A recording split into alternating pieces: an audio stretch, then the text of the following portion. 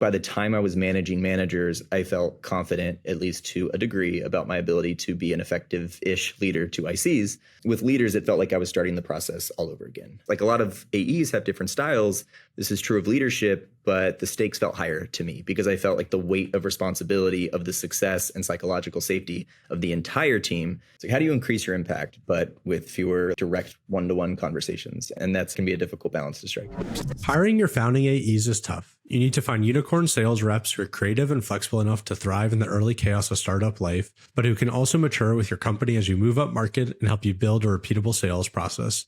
Today, we're talking to Conor Dragomanovich, who is the founding AE at Productboard. In his 5 years at Productboard, he quickly rose all the way from AE to manager to director to VP of commercial sales.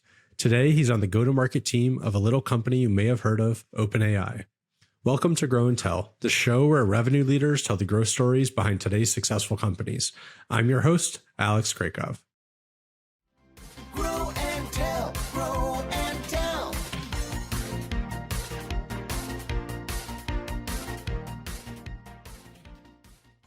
Today, we're going to focus mostly on Conor's time at Productboard, a product-led company that makes product management software. Conor and I chatted about how they built their early product-led sales process, what it was like to transition into an enterprise role, how he handled the big mental jump of moving from managing sales reps to managing managers, and how to hire an AE that can go on this same journey. And at the end, we also got into what sales looks like at OpenAI. So definitely stick around for that. If you enjoy the show, we'd love it if you subscribed on YouTube or your favorite podcast platform. It really helps us out. I hope you enjoy the chat. So you joined Productboard as a founding AE when Productboard, I believe, was like around 30 employees, and would love for you to kind of take us back to the early days of Productboard. Like, why did you join? What was the company like at the time? What was kind of like that early product you were selling? Yeah, I'm like thinking back now. I moved to the Bay Area when my wife got into medical school up here. She then girlfriend. But I knew I wanted to join a very early stage company. And that was basically the only criteria I had. It was a terrible sort of like criteria to have. I didn't think much more about it. And I initially joined this company called DealPath, where I spent about a year. And it was also early stage. I was also their first AE. And I did just about everything wrong that you can possibly do. But it was still a great learning experience. I had a ton of fun. But at around the year marker, I knew I wanted to do something different. At the time, I was selling like commercial real estate, investment management, kind of like a deal platform. And so that didn't necessarily excite me. This was at a time when like PLG had been around, but this concept of it was starting to really emerge. And I got really interested in that. And I knew I wanted to work for a company that like this was prevalent in. And so I started to look around at those. I interviewed at companies. I actually interviewed at Lattice as one of the early AEs there. I don't know if I ever talked to you about that. But so I joined Productboard because it seemed really attractive in that way. I also loved that it had this sort of European presence. I thought that might open up interesting opportunities as well at the time. And so it was very early days. I don't know, it's between 30 and 40 employees, I believe. And what really did it for me was meeting Hubert, their CEO, in one of the final couple of interviews. And there's just something about that guy. He's like, it's very, very infectious. And this is true of a lot of founders who just like exude energy and excitement about what they're doing. And hopefully that's true every time when you're talking to a founder. And that was certainly true for Hubert. And he did as much selling of his company and of his product in that interview as they sort of asked me to do in a mock environment. And that certainly sold the deal. Very cool. And then were you sort of transitioning from Hubert doing all the sales himself to bringing in a few AEs? Was it kind of that classic transition from founder-led sales to sales-led sales, or was there already an existing sales team once you joined? There was no existing sales team. I joined alongside another founding AE at the time. Like him and I started the same day, so we joke about who got in the office first and can claim like number one. But yeah, I would say it was definitely transitioning from founder-led. There's definitely a product-led element and a big one. I also joke and say that it was Winston-led. He was a product marketer working there at the time and was like one of the most talented people I ever worked with. And he was doing a lot of that. It sounds like, you follow kind of that classic, like the Jason Lemkin advice of hire two AEs at once so they can kind of compete against each other and also get a sense of like what style AE works, which I think is, just amazing advice. As I've been building my own sales team at Doc, it's like, yes, you need that to pressure test, okay, the different styles and approaches. Definitely. I've done my fair bit of advising, and I get asked that question a lot because it's usually where I do it was with early stage companies, and I always say hire two. For those reasons that you mentioned, you can learn from one another. You can run experiments. You can A/B test. You compete. I was the best man at this guy's wedding many years down the road, so there can be other benefits as well, maybe. So it was great. And so you mentioned Productboard had this awesome PLG motion. Can you talk a little bit about that? Like who was signing up to use the product, and were they already just putting in their credit card and then you were sort of upselling them to an enterprise package, or were you just taking people from free to paid? What did it kind of look like in those early days? Yeah, it was taken from free to paid, but there was in many cases a sort of credit card option that you could do, and that developed as all these things do, like over time. I think one of the things that made Productboard so compelling, especially in the early days, was that it just made it incredibly easy to get going. Like the early value prop revolved around allowing a product manager or team to get in and like set up a quick integration with where they received customer feedback, like an intercom, so they could just get in and immediately start seeing that value. And so that 0 to 1 chasm happened really quickly. And for us, it then became this very, at least at the time, easy opportunity to come in and say all of these free trials, who were the roles, the users, what type of usage. And it became this great opportunity to sort of select who we wanted to meet with as part of that, especially in the early days. I find like the product persona in general, like both product design, engineering, it works so well for product-led growth because I think it's the type of person who just likes to get in there, play around with the product. And they also just like know how to use product. They know how to give feedback. Like they really think critically about how they use that. Whereas some other personas, like it could be a little harder. Actually, sales with Doc, like could be a little bit harder because sales folks like just want to get to the next deal. And like they'll mess around a little bit, but oftentimes it's like just in the purpose of closing something. And then product people, I don't know, there's like a different mentality about them, which must be really nice for PLG. I think that's exactly right. Like there was sort of this baked in deep empathy that our customers already had for the process we were going through. It made conversations really easy when, a product leader wanted to know where something was on the roadmap, and we'd say, or joke that, our own product team would kill us if we, gave away too much or made promises, and that always got a laugh. And then I think there was also this like concept of like appreciation for even if we weren't maybe shipping things at the speed that, anyone would like, we always want things to come faster. There was this like really close focus on creating a delightful user experience that they just couldn't help but sort of admire, or at least that's what we often heard. And I think that helped a lot. Yeah, really interesting. And so, okay, so the end user, the product manager signing up for the product, they want to organize product feedback. They're doing some road mapping in there. Like, what did the sale sort of look like from there? Are you just grabbing a bunch of user seats to try and get all the PMs on board? Are you bringing in like design and engineering? Like, how did you sort of navigate, I guess, all the different personas in the EPD organization? Yeah, we spent so much time on this as we sort of went back and forth and as to like how do we think about expanding at the ICP and what makes sense in terms of who we target as we multi-thread and try to sort of just capture more share. And this definitely became a big part of it. The first and foremost was just get as many folks within product using this as possible. But the design team was sort of a natural extension of that. And, to your point about EPD, there really wasn't as much value if we didn't get buy-in from the engineering team, because at the end of the day, like this thing had to connect to a system like Jira, because you can capture all the user feedback you want. But if you're not then like sending this out for it to turn into stories and epics and development to actually take place, like it loses substance very quickly. So it did become sort of a cross-functional effort in that way as it relates to the stakeholders that we tried to engage with. And we spent a lot of time in the early days thinking about like in what order and how do we think about where each person sort of sits as far as their influence in getting something like this sort of spread across the org. Yeah. Would you try and just kind of like bear hug the entire EPD org, or was it sort of like land and expand of just start with the PM world and then naturally it would grow into design and EPD? Like, how did you sort of navigate that motion? Because I'm dealing with very similar stuff myself right now. Yeah, I think the latter more so than ever. There were certainly circumstances, and even some where we started with design, but more often than not, it was a land and expand to get really deeply integrated with the product org, because at the end of the day, so much of the usage, like the day in, day out usage, was going to come from them. That being said, if we sort of ignored or did not do our diligence in discovery and in building relationships with the D and EPD as well as the E, frankly, for that matter. Like we were gonna do ourselves a disservice. And if we didn't get buy-in, like when we did see some deals start to slip or fall apart, we knew that there was probably someone, an engineering leader or a CTO, that was uncomfortable with this. And so that was a really big part of just even getting in with the product team. Like we knew we needed to get that buy-in. Did it feel when you first started at Productboard like that you just had product market fit immediately and you were sort of like already caught lightning in a bottle and were just sort of running it with it? Or was there sort of a moment while you were there where you're like, okay, this is like really working? Like, how did you sort of think about that puzzle?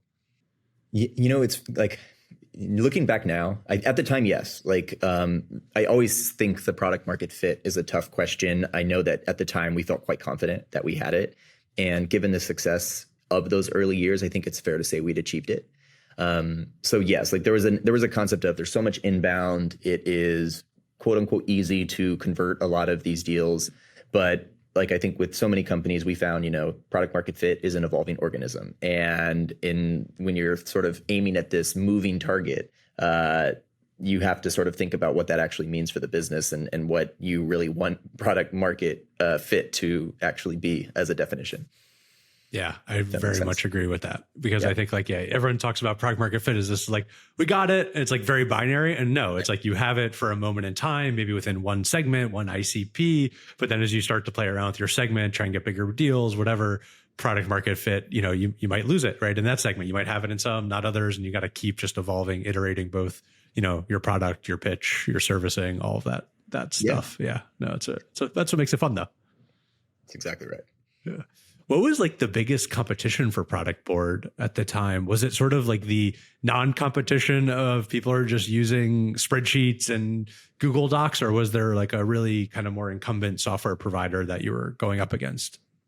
There was definitely big elements of both, but I would say there was certainly an incumbent in a company called Aha, and like frankly, I probably regret not spending more time thinking about them, which might sound strange, because they were really good. We had this great problem of so much inbound, and it can be really easy to develop this skewed perspective when people that you're speaking with are so opinionated, in preferring your product. But the reality was that this competitor was bootstrapped. They were already supporting large enterprises, and they were just doing a lot of the right things. And speaking for me personally, I wish I'd paid them more attention. I, at the time, felt really confident in my narrative around how I positioned it.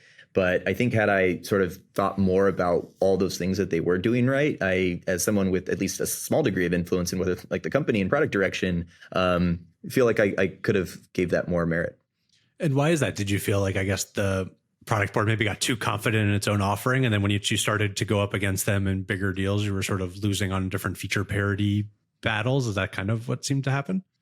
Yeah, I mean, I think I'll sort of separate myself from Productboard in that feeling. I'm sure Hubert would say, probably like we never sort of lost sight of what they were doing, and we felt pretty confident about like at least the decisions that we made and our deference to a good competitor. But for me, you fall into that trap of speaking with so many customers who create this differentiation in your own mind of maybe thinking that you've created a much better experience and you're more user friendly. And we fell back on this sort of concept of like, we're different philosophically. And like, there are things that like, there are directions they're going where, we won't go because we sort of think about how you do product management and what that is as a principle differently. And that might be true. And I think it really helped in a lot of deals. But at the same time, there were some customer needs that I think Aha solved really well. And so that's, and I caught up with like their founding AE, like after I left, and it was fun to sort of trade, stories. Yeah. The competition dynamic is so interesting in SaaS. Cause I think to your point, like one of the best ways to win is by comparing like apples versus oranges, right? It's completely different things. Like, do you want an orange? Do you want an apple? Like pick which philosophy you want. But then especially at Lattice and now at Doc, like I actually love the competitive deals. Like at Lattice, we first were going up against Reflective, then it was going up against Culture Amp. And the competition was so nice because you could like learn how to beat them. You could learn what features to ship to get to feature parity with them. And then you sort of knew where their strengths, where your weaknesses are, where your strengths, and you could like, it was more of a playbook in the deal as opposed to when there's no other competition, it gets a little bit harder. It's a little bit just kind of up in the air what you're comparing yourself against. And yeah, I don't know. You want to be in those competitive evaluation cycles. I think that, yeah, I think that's really well said. I think it is also a reflection of maybe some of my early sales training, or at least how I thought about it back then, where you do a lot of deflection when you're not as comfortable, like leaning in and dealing with some uncomfortable conversations.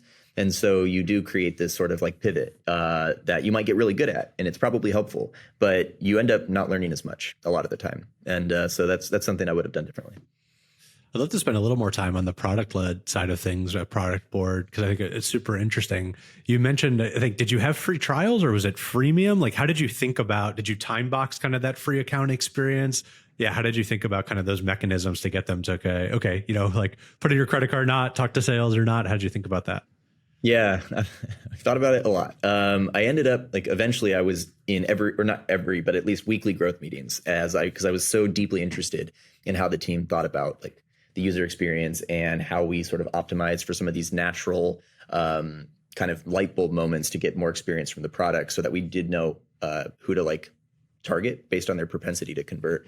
But we didn't have freemium, at least not at the time. It was all sort of a trial experience. I believe it was 14 days, 15 days. And so if my memory serves me correctly. And so, yes, there was lots of sort of crafting a sales process initially around inbound based on who was requesting trial extensions, so much came in the way of this isn't going to be enough. And so that was a bit of an exchange as far as these trade-offs that you make for a conversation. Let's have a conversation, learn more about what you're trying to accomplish so that, we can ultimately end that certainly by achieving your intended outcome of getting more time in the product, but also helping us sort of go through that qualification and understand whether or not this is going to be a good opportunity for us to pursue.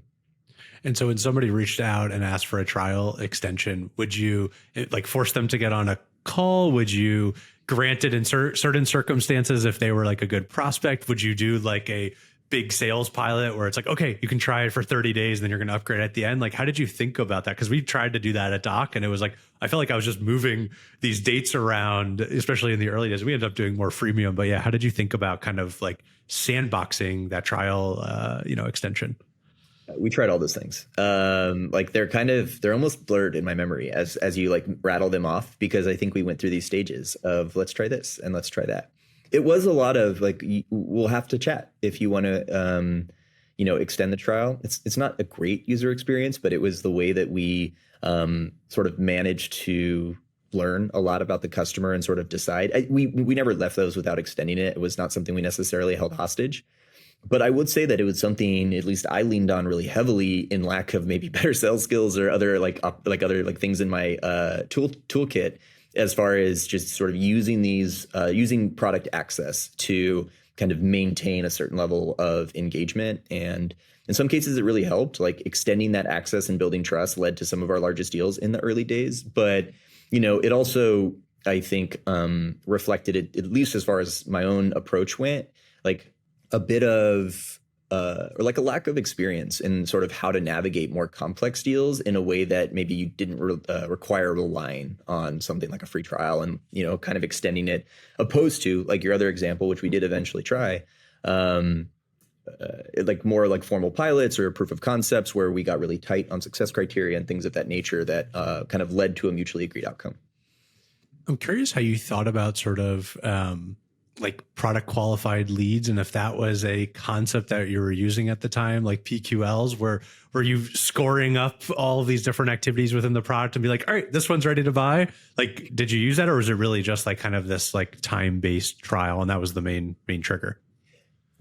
We didn't at like the time that I was in IC, like that. It wasn't so much a concept. Maybe it was, but not one I was familiar with. Like it's funny. I remember speaking with Alexa, who founded Pocus, like before she started the company, and we talked about this. And at the time, I was like, "This is amazing," And I think it was similar to Productboard when it first launched, as far as it being a concept with regards to product-led sales that wasn't really known or known very well. And so for us, like what we did was just try to like kind of like brute force our way into understanding it, started going into admin consoles and looking at what are the things that seem to give the highest signals, opposed to having this clear definition of what PQLs were and a really natural motion. We got there as a company, but in the early days and when I was selling, we didn't have those things. And like I recall like a really obvious obvious in hindsight sort of light bulb moment for us was we saw how high conversion was when users had set up an integration with Jira, right? For reasons I had sort of mentioned before, like there was this really critical link happening between product and engineering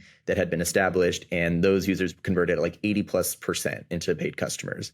And so much of our, that like catalyzed such effort on our part to then figure out like, how do we make that connection much easier, and how do we help foster it? Yeah, no, PQLs it's such a powerful concept, and shout out Alexa. I love what she's doing at Pocus. But yeah, we haven't quite set up something like that at Doc because we're still so much in the experimentation phase and our analytics aren't robust enough to be like, all right, if they do this, they're exactly going to convert in that way. Like we're still just figuring kind of out and trying to ship as many features as possible. But I'm excited for the day where we have a very scientific PQL where it's like, okay, this person is ready to buy. So one day. Totally. Yeah. It makes a big difference, but it's a tough nut to crack. Like even when you have like a great platform to help you with. Yeah. All right. So you eventually transitioned to more of like an enterprise AE role at Productboard. Like, how did you think about kind of helping Productboard move up market? Because I have found like some of these bigger companies don't always buy in the PLG way, and they like to be like lead a horse to water or whatever that saying is. Like, so how did you sort of think about kind of that move up market for Productboard? Yeah, I mean, pretty inelegantly, honestly. I was new to that. And so I think my most direct contribution was through just managing to get in and sell at those larger companies, in some cases successfully, in some cases unsuccessfully.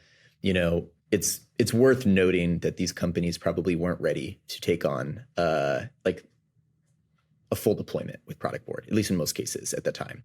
They weren't ready to do these wall-to-wall deployments, but it was about getting into those conversations. And as soon as we started to do that, and when you're making this push up market, you get punched in the nose repeatedly, but you're learning a ton. Like those lessons are like very valuable in getting the type of feedback and understanding of how like the way that they think about best practices in the world of product management might differ, but also just some of the basic brass tacks needs that they have that are table stakes for their for an upmarket or for an enterprise company, that you then have to decide about like what trade-offs make the most sense if you really want to push meaningfully upmarket.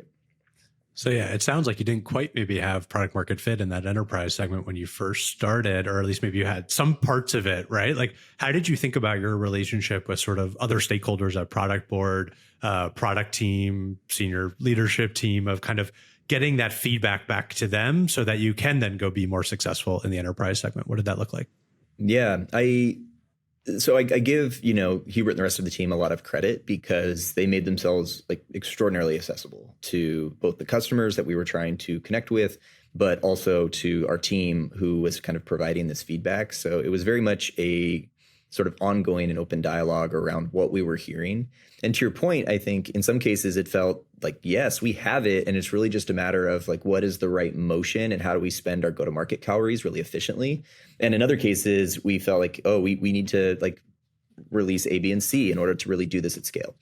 And so a lot of it did sort of turn into these conversations. And I can remember many where it was like Hubert and my VP of product and I would be talking about this large deal that we were very close to formalizing, but they would have asks and things that they wanted contractually written in there in terms of like the commitments we would make to developing certain functionality that sort of provides the level of like flexibility and administrative rigor that an enterprise company needs.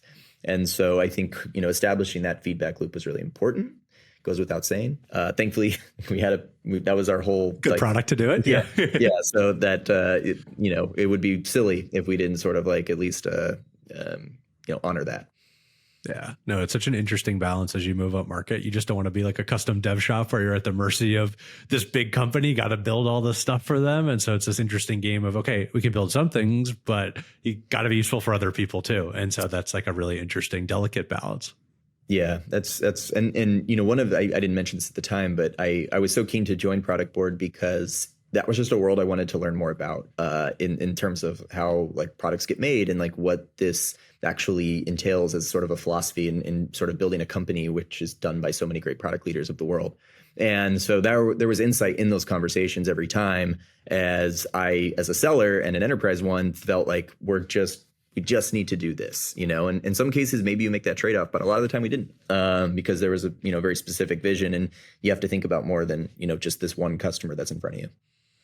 And was the sale for these enterprise companies generally the same of PLG, end user product manager comes in, you capture that momentum and kind of go to the big wigs of the company and be like, look, this is a small example of how you could use Productboard? Or was it more of a top-down sale, you're outbounding to like a CPO or somebody like that? Or was it both? How did the sort of the sale change as you moved up market?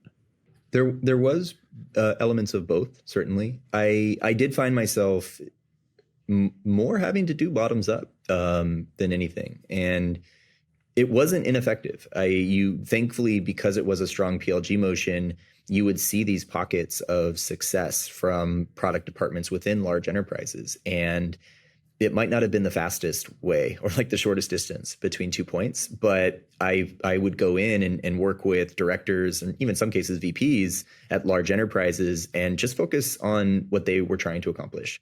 And then I'd go to the next one and then the next one. And all the while you're outbounding, you're multi-threading, you're trying to get exec access, you're trying to make trade-offs for the things that you help these sort of champions with in an effort to get access to senior executives. And that's eventually what got us there, was doing that work with them through which we could finally take something of substance and value in the way that we've been proving out value with these other teams to talk about a larger type of partnership. Would you start multi-threading right away? Like you see an end user come in, do you just start reaching out to everybody else in the company? Or do you really try and like leverage, okay, this end user and get them to introduce you? Like, how did you think about kind of that multi-threading puzzle? I think early on I did. It was sort of a natural, at least it seemed like a natural next step for me. Like, hey, we're seeing interest. I can, at the very least, what I can do is reach out and say, hey, this is sort of what we're seeing from some members in your company. We don't have a partnership yet, but I'd love to establish that connection as we explore sort of what a product management platform can do as far as achieving certain business initiatives, things like that. And in some cases, rare cases, that was effective. What I found more often than not was that we tended to have to do more of the upfront work and then use the relationships that we were building for connections. We had some luck with like the cold multi-thread, but much more success from doing a little bit more of the bottoms up, which I don't know is true of a lot of companies. I think others would prefer the reverse for obvious reasons. Yeah. At Doc, we're PLG too, and we have a bunch of end users. But I think what I learned is like, we sell into sales. And so every salesperson's like you talk to is like, I'm going to help you multi-thread, right? They'll say that to you on a call, which is so funny, like game, respect game. But then they get distracted things. And so I think what we have learned is like, we got to just start multi-threading right away. It's like get the end user, start reaching out, start building relationships. And yes, like you should work through your champion, but there's moments where it's like, okay to kind of go around them or to talk to other folks within the organization and kind of show that. So that's, I don't know, a big lesson of ours over the last couple of years. Yeah. I mean, especially now, I think it was something to be said for the sort of culture of the companies, not culture of the companies, but sort of the nature of the way that they worked in terms of like product orgs and where budget came from and which executives were ultimately the economic buyers. But I completely agree. It sort of looking back, it's unfathomable that we wouldn't have just sort of programmatized more early on, just getting that type of access and sort of doing more just cold outreach to make executive teams aware. And but we didn't do it as often, or at least we were unsuccessful in our efforts to do it. Yeah. So after a couple of years, you became a sales manager and then a director and then eventually a VP, and you ran a team, I think, of eventually around like 30 plus people. But I'd love to start with like the first step in that transition. What was it like moving from an AE to a manager? Were you sort of like a player coach role? How did you sort of navigate kind of that first upgrade in your career? It was a major transition for me, as you can imagine. When I was in college, I managed surf shops. And so I had anywhere from like 8 to 15 employees reporting to me, sales associates, college kids. And so there was an element of leadership that I had some exposure to, but these are very different things. So it was a transition. I was definitely a player coach. I continued to carry a bag for at least another full quarter. And I think I had 6 AEs reporting to me at the time. And so I think, like with any young leader, you learn really quickly that it's not about stepping in at every opportunity and telling an AE what you would do in that situation. You really have to develop a leadership style of your own and a set of values that you can sort of lean back on. And then, of course, like learn how to do the job. It's not just like I was a great seller and that will make me a great manager. Yeah. How would you, if I was your AE, what would it be like working with you? Like, are you pre-gaming every sales call with them? Are you working, joining the last call of every deal? Or are you listening to gong calls, providing notes? Like, what is it like to be an AE who works for Conor? I would say like the coaching and mentoring of sales reps was always the most fulfilling part of the job. I was never the person to pretend that I had it figured out or that I knew what's best. I would say I did lean on the experience that helped me be successful in the role to give guidance. But like much as it is with helping a customer solve problems, I felt like the value of a leader is the ability to like really and truly listen with the right intentions and ask meaningful questions and help both the AE and then yourself like uncover the productive learnings and like carve the right path out. So to your question, like absolutely, if you ask anyone who I've ever worked with, both here and at other companies, about my opinion of Gong, like they're like, that guy's a heavy user. So it was sort of my superpower as an IC. I would devour calls to like understand our customer, how they respond to the different ways we're positioning ourselves and our product. And then as a leader, I think having the ability to run call listening sessions, like pull snippets for use in strategic discussion, it just amplified the way you can work with AE. Like you understand their approach, you're seeing it from the perspective of the customer. And that's just so different from being able to like listen to the way an AE is handling an objection, like overhearing or trying to brute force your way into a bunch of live calls. That you now have all of this context that you can reference in the moment and give real-time feedback.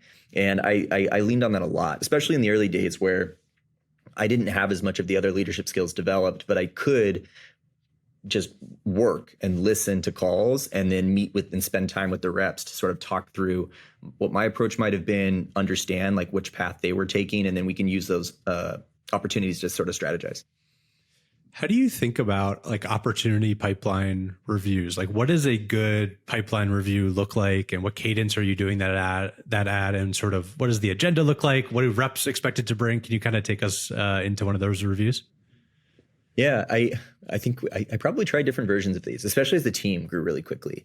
At the end of the day, a good review should give the leader like very clear visibility into the good, the bad, the ugly of their pipeline. And so for me, it often like it was about answering the question, where are we exposed? And that can mean different things. Like where are we exposed in this specific deal? Where are we exposed in the context of our commit, our most likely, our best case, and so forth. So I would approach these, I would try to keep pipeline reviews done at an individual level, and I would try to run those weekly so that when we ran a forecast call, it could be done very efficiently, especially like given the size that our team grew to really quickly. And so the goal of that meeting would be to walk away with a very firm understanding of what's possible so that we can roll that up to like high levels of leadership. And what I just found was a thorough pipeline review is very, very difficult to do with this large team of AEs, even if you have a lot of time.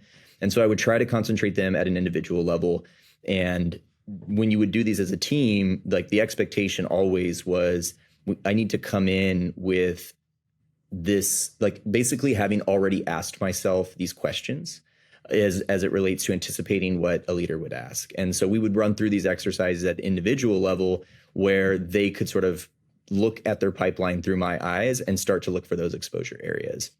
And so we did it in a pretty classic, like commit, most likely best case standpoint. But by the time we got to like the true like forecast pipeline review call, there should have been a lot of inspection done upfront at the individual level. And when we did that and ran those calls with just one-to-one, it was really about sort of seeing like where are the blockers and how can I help?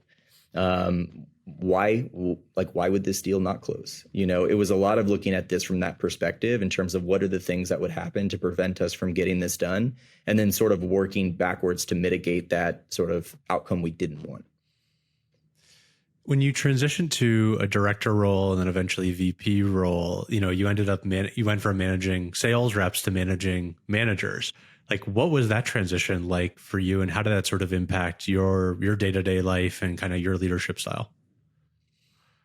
Yeah, it's an interesting question. It was a big difference, for me, and I think probably for a lot of people, it was, at least in my experience, it was about like a difference of skill development and career coaching. These were things that challenged me and that I had to think a lot about. I think by the time I was managing managers, I felt confident, at least to a degree, about my ability to be an effective-ish leader to ICs. With leaders, it felt like I was starting the process all over again. I had to do a lot of introspection in terms of what I felt my strengths and weaknesses were as a leader, what my values were, without necessarily projecting that on the managers themselves. And so I think with like a lot of AEs have different styles, this is true of leadership, but the stakes felt higher to me because I felt like the weight of responsibility of the success and psychological safety of the entire team. So, where I think a lot of best practices were in terms of like, basically I spent a lot of time reading lots of books and podcasts and resources, and mentorship was pretty much like everything for me. Like getting a firm group of mentors who'd been there and done that probably was what made the biggest difference in helping me feel more comfortable in the role. Yeah, same for me. I got a marketing coach. And I think what the hardest part about it too is like you feel so much like pressure to hit your number for this entire org, but then you have like the least amount of direct control that you've ever had, right? And so now you're managing through other people, and you do have to be like a leader. You have to inspire people and set the goals, and then you also have to develop some framework of accountability to hold your managers accountable so they hold the team accountable, and so everyone sort of knows what's going on. And it's a very tricky sort of weird process. It feels very different than being a manager or just like an IC. So yeah, it was a big transition for me too. Yeah, very true. It's like, how do you increase your impact, but with fewer like direct one-to-one conversations? And that can be a difficult balance to strike. Yeah. And it's weird being like the big boss that, like in the group, you're like, you still feel like, okay, I'm the AE who started or whatever. Oh, for sure. Yeah. Imposter syndrome never goes away. Yeah, exactly. So you're like a founder's dream, right? You joined Productboard as the first AE and then kind of, rose up through the ranks and were clearly very successful there. Like, how do founders hire more Conors? Like, what do you think founders need to look for when they're looking for kind of their first AE hires? Yeah, I think about and talk about this a lot with other founders. It can be a difficult profile to find because I don't know why a lot of people would sign up for it. Candidly, like it's not an easy job. It carries a lot of risk, and there's not necessarily a whole lot of playbooks. I think nowadays there's a lot more that you can kind of find in the way of resources. But my guidance is generally to try to find that sort of Renaissance rep, which I used to refer to this term differently, but a colleague of mine referred to it this way. Have you heard this term Renaissance rep more recently? Like it sounds familiar, but explain it to me. Yeah. I never really heard it used this way, but it really aligned with how I think about this role. And it's just, it's somebody you can interview to understand how comfortable they will be within the constant turbulence that is like being a founding AE and in an early stage startup, which is to say, like, how do they think about problem solving, and are they demonstrating an active mind? Like, to what extent can they sort of create process where there is none, and frankly a process that is probably not going to be great. It'll suck, and that's okay, and sort of like detach, because there's plenty of folks out there who you can hire that are very tactical and are really good at building things, but that's all they really want to do, and they'll get really obsessed with what that thing is and sort of incapable of sort of moving on to the next problem.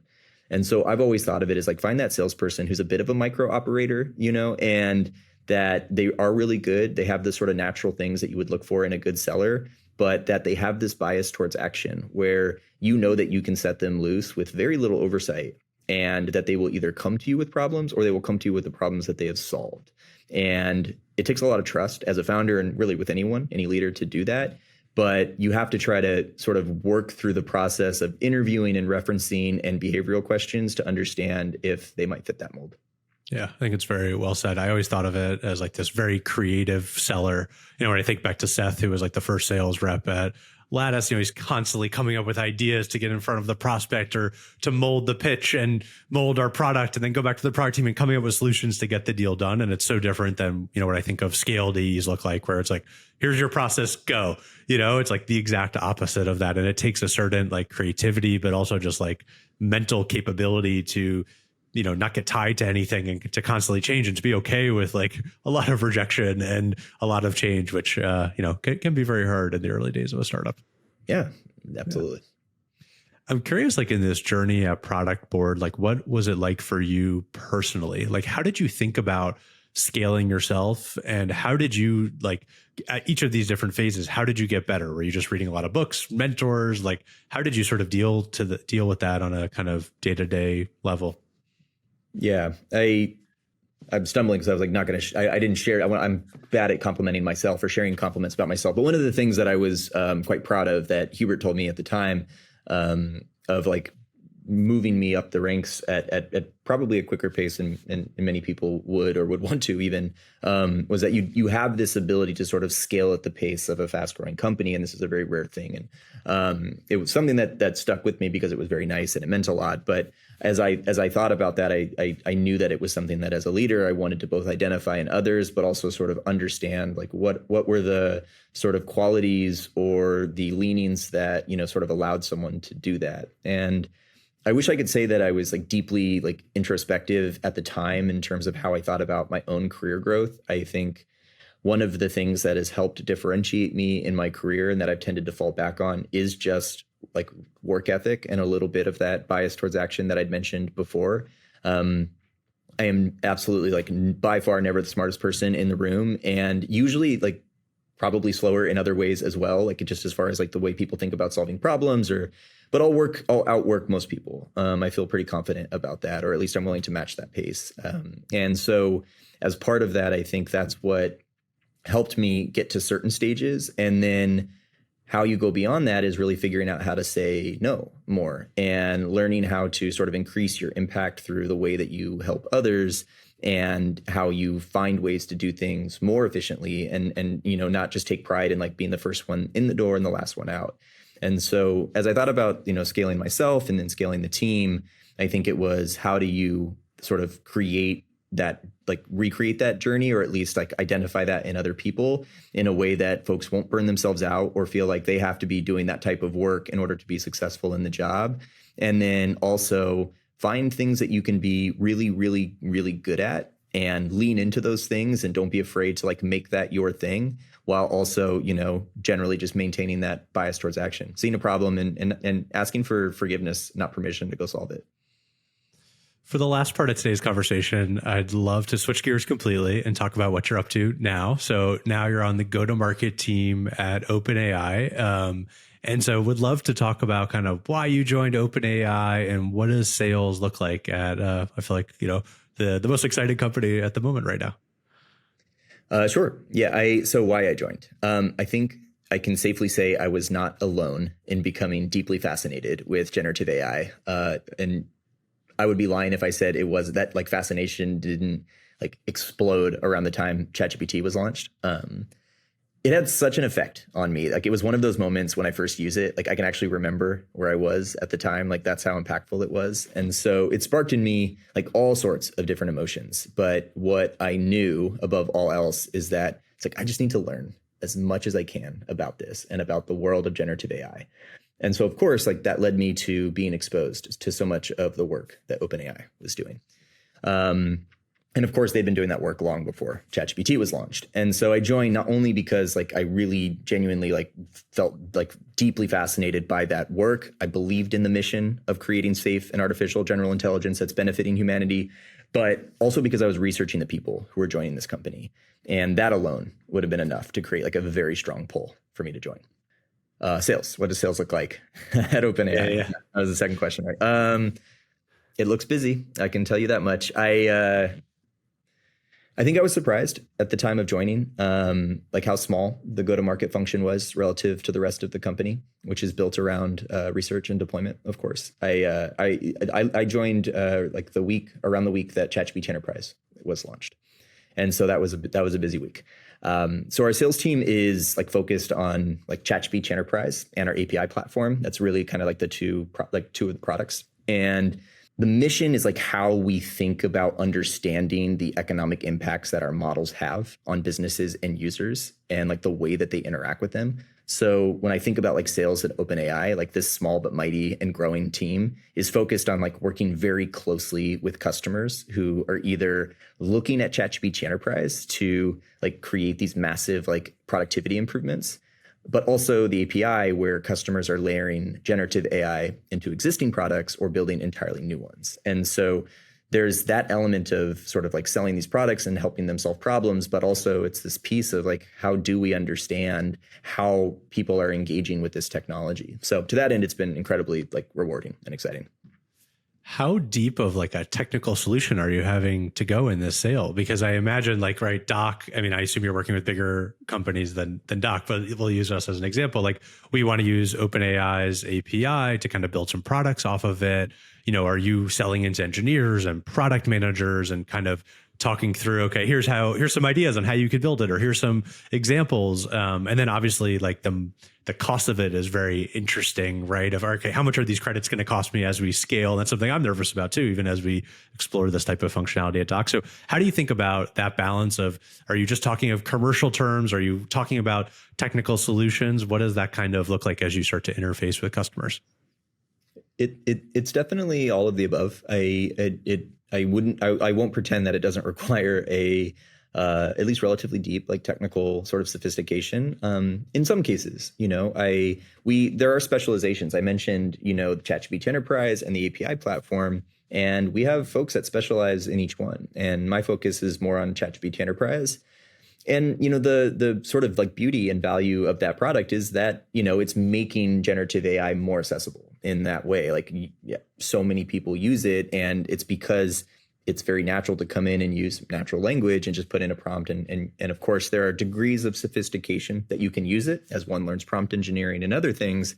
But there is an element of simplicity, both to the conversation, to the product, and to the sale, that makes something like ChatGPT so compelling.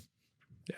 And it's an amazing demo, right? That everybody's already, you know, experiencing and playing with. So that definitely must help the sale as well. Yeah. It does not hurt. Yeah.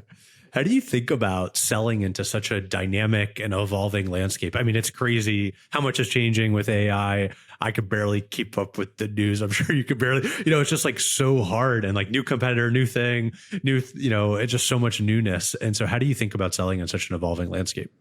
Yeah, I don't think anyone can keep up. I think anyone that either A, says they can keep up, or B, says they sort of know what's going to happen, I'm a little skeptical of. But I only look so far into the future because of all the aforementioned reasons. Like, no one knows with 100% certainty what this will look like in 1 year, let alone 5.